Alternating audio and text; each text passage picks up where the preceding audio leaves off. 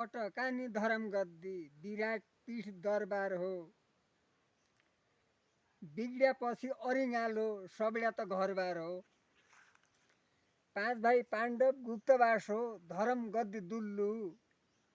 धर्म राख्ने ठाउँ थिएन, क्या जन्म्याउनु उल्लु। केशव शाह माइला राजा पानसको दियो, बनाइदिए माओवादले दरबार कहाँ थियो। दरबार जस्ताको तस्तै अछाम मङ्गल सैन। तीन पुस्ते इतिहास हेऱ्यौँ लागेकै छन् लैन। दुल्लु भन्ने दुल्लुै थियो पुरानो राजधानी, अझसम्म छुटेको नै भई दाल दबानी। दुल्लु रोड नाउल्याको बाटो 7 किमी कच्चाइ छ। भर्खर पेट आर्सिएको काम गर्ने बच्चाइ छ।